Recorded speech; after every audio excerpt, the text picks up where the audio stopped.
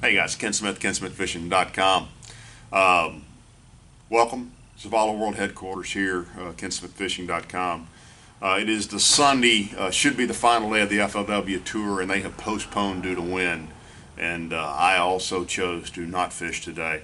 I'm going to give you guys a Rayburn update, but let me just tell you, I've only got a little bit of on the water footage. My very, very old GoPro finally apparently has melded itself in. I can't get it to charge. I bought new batteries, so I am going to buy a new GoPro this week and continue giving you guys on the water footage. I'm not sure exactly what all I have on camera, so let's just real quick take a look at whatever bites I do have, and then I'll come back and recap kind of everything for you.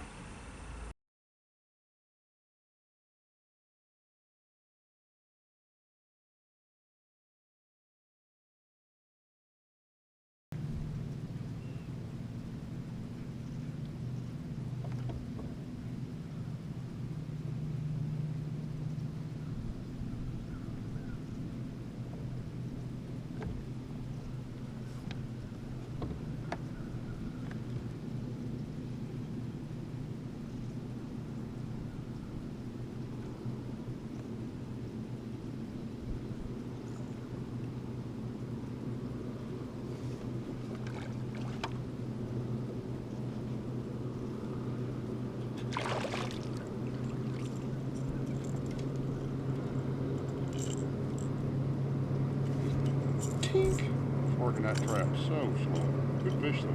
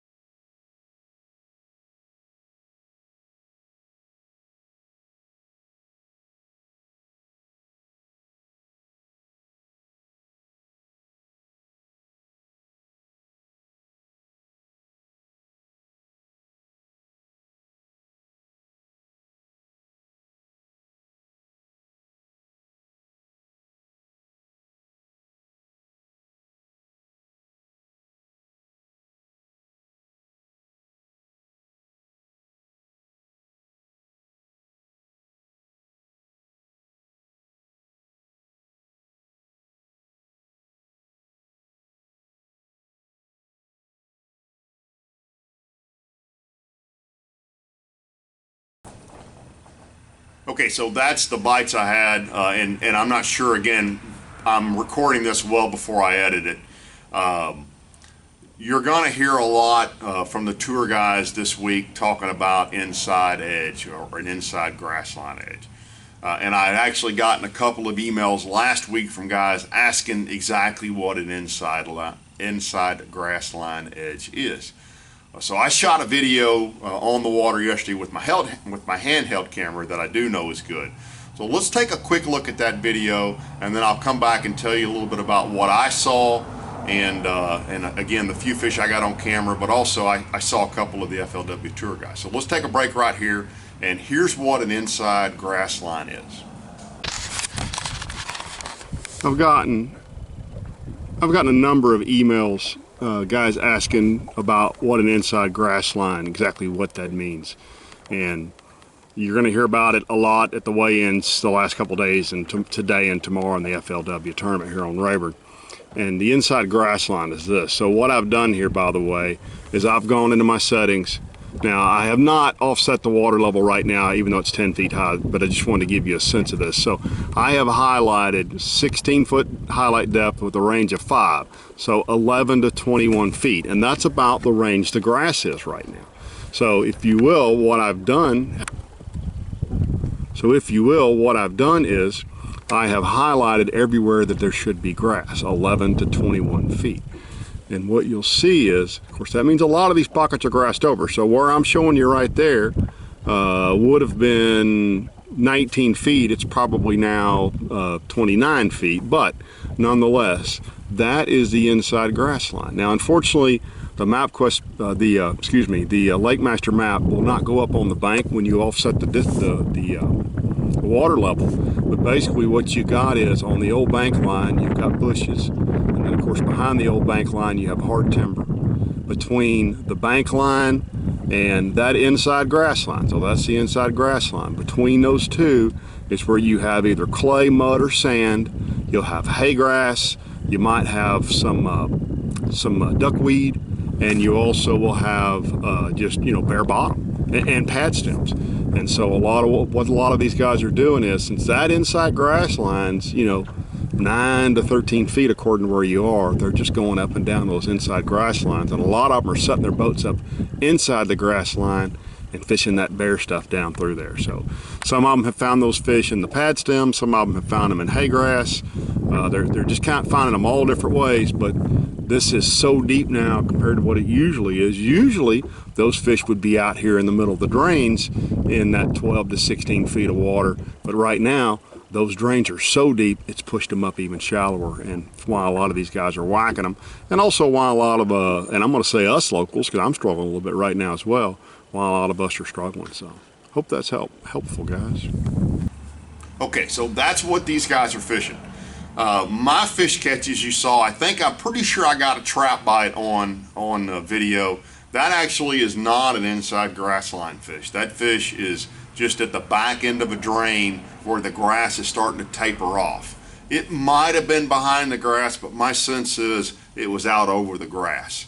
My other bites yesterday, I caught a Carolina rig fish I might have had on video, which was just kind of goofing around. Because again, I'm practicing for the rattle trap tournament this coming Sunday. And then I had a couple of A-rig bites that I think my camera was dead by then. But what I'm doing is I'm setting up actually inside of that grass line between the bushes and the grass, and I'm paralleling that stuff. And that's where those fish are. Had I not been practicing for the rattle trap tournament, where I'm trying to get bit on a moving bait of some kind, I probably would have done a lot more Carolina rigging, but that's not what these tour pros are doing. You probably saw the video footage. So I saw 3 guys on the lake yesterday, and I didn't go looking for anybody because I was practicing, but when you see a flotilla, when you see a guy run by and there's 12 boats following him, it's pretty obvious that it's one of those tour guys. And I saw Jim Tutt, and Jim is up, just got to the bank. Basically, he's fishing a yard, or a couple of yards actually, and he is up real shallow, throwing a shad wrap. And he had told me in practice earlier in the week that he had figured something out, and that I would get a kick out of it because it was something that had won a Bassmasters event here years ago. And gosh, I wish I want to say it was Ron Sheffield, but somebody won back in the 90s a Bassmasters event here, really cold water, cranking a shad wrap. And Jim figured that out, and that's how Jim's been catching his fish, and I hope he catches them again tomorrow. I know from talking to him, I know number one, he didn't sleep last night. That would have been Saturday night because today was supposed to be the last day. And I also know he said on stage yesterday he felt like he was either running out of fish and or the wind had really dirtied his water up. So that's the one guy I know where he was fishing. I don't know where Nick's fishing. I know I heard online they showed where he was fishing, but when I saw him, I was running north and he was coming south out of the long cut, which would kind of confirm that he's a little further up above the 147 bridge somewhere, and that was about 2 yesterday. And then I saw Terry Bolton, and Terry is fishing an area where all of us fish. He's in Harvey Creek.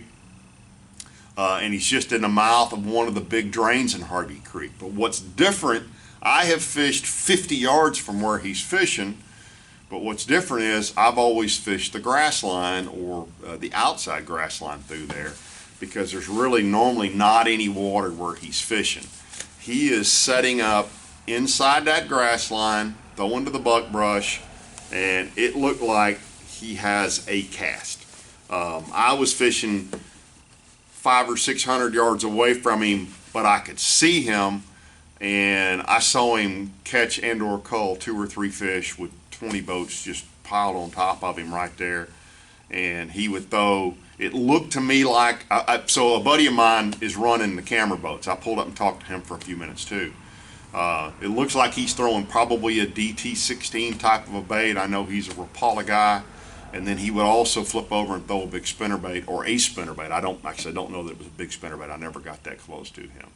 But he is certainly dialed in, and my sense is he's dialed in on a cadence. He's figured out just, and it looked to me like he is just super slow rolling that spinnerbait.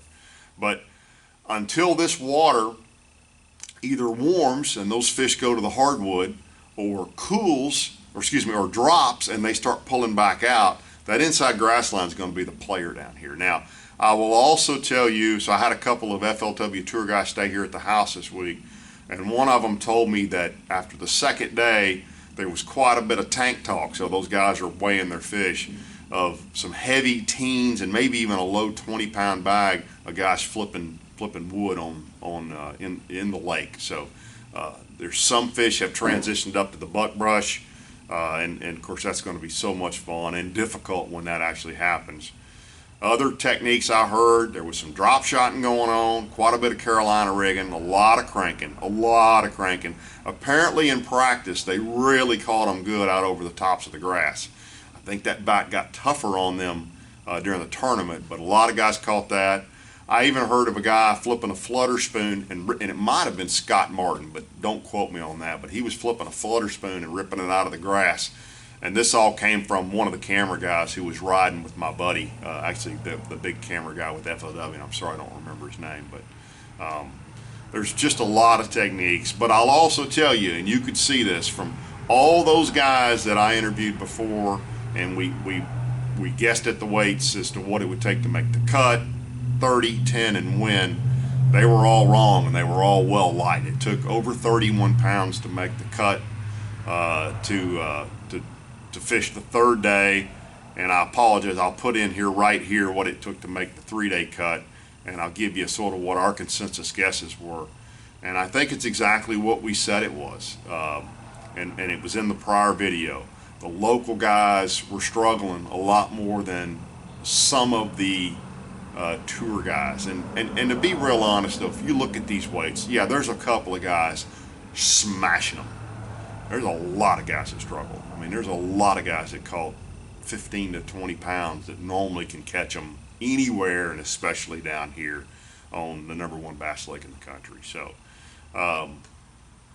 it was an interesting couple of days on the down here. I really only fished yesterday, but I went to the weigh-in Friday afternoon. Matter of fact, I got a little bit of footage. Let's show you some of that footage.